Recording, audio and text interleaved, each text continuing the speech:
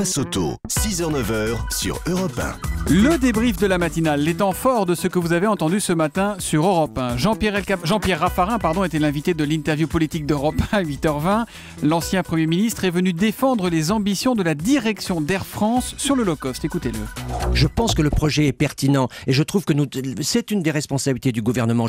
On n'explique pas la mondialisation, on n'explique pas ce qui est en train de se passer, on n'explique pas aux Français ce que c'est que Ryanair, ces nouvelles compagnies low-cost qui sont aujourd'hui l'avenir de ce marché, et que si Air France reste dans ses traditions, si Air France reste dans ses conforts, Air France sera exclue de ces marchés.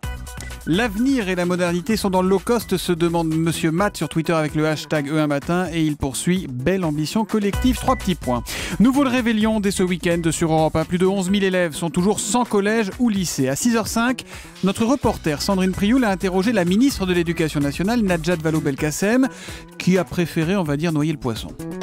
Évidemment, chacune de ces situations particulières va se résoudre, que nous sommes en train d'y apporter des réponses, que chaque année, on se retrouve avec à peu près cette part-là d'élèves dans les premiers jours dont la situation n'est pas réglée, mais nous sommes en train de le faire. Et aucun de ces élèves, évidemment, ne restera sans solution.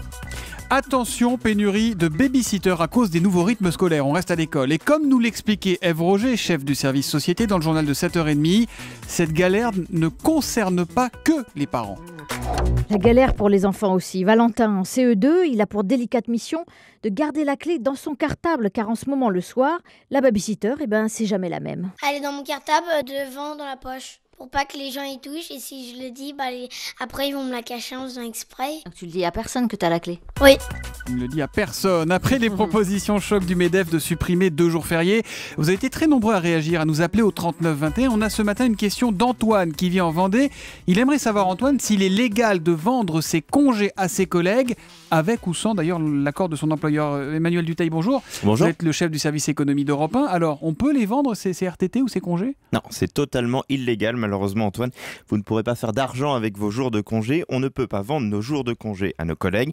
L'employeur doit en plus veiller à ce que tous les salariés prennent leur congé et tous leurs congés. Je ne sais pas si c'est votre cas, Thomas, mais Joker. Voilà.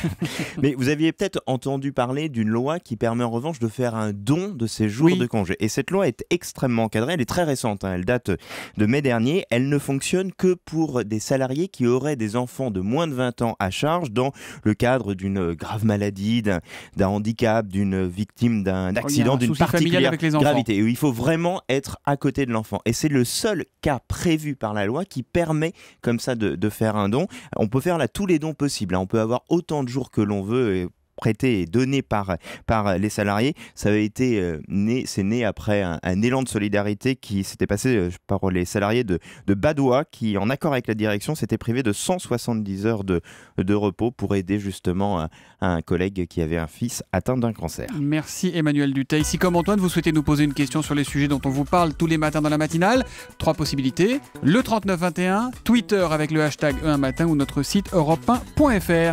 Et puis Michel Bouquet de retour sur scène à 7h10. Notre journaliste Thierry Geoffrotin lui a demandé pourquoi il avait décidé de revenir à presque 89 ans.